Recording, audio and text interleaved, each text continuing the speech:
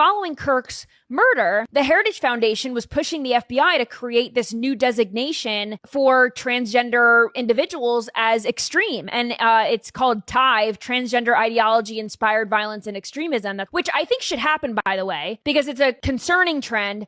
But I think that once that happens, we will see even more violence against conservatives from that community. They're just getting started, in my opinion. That's what I'm afraid about. Armed Queers, Salt Lake City, is a group that is now in the public eye, I think, especially since what happened to Charlie Kirk. But their Instagram account is shut down. They used to have an Instagram account. I saw screenshots, and now they're kind of like, I think, maybe trying to take a step back or whatever. But Andy sent me this, that there is a lecture between Armed Queers, Salt Lake City, and Mecca. And it is happening this weekend. And it is going to be Armed Queers and Mecca. They want you to come learn about the radical history of the queer liberation movement. And on this poster for this event is a trans person with a gun and, you know, all these rounds of ammunition, and there's a rainbow flag in the back. I mean, can you scroll up a little bit so people can see that? But it says queer resistance. Of course, it has the,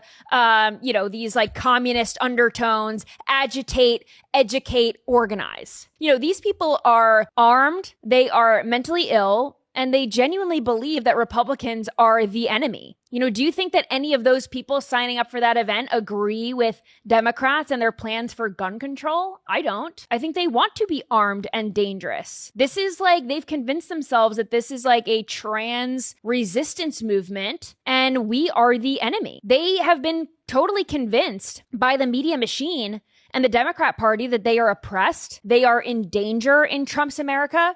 So they are taking up arms, and clearly we've seen this with the rise in trans mass shooters. We just saw it in Minnesota. We saw it in Nashville. And most recently, they are not afraid to resort to violence against the other side or anyone they deem threatening to their ass-backwards standards and lifestyle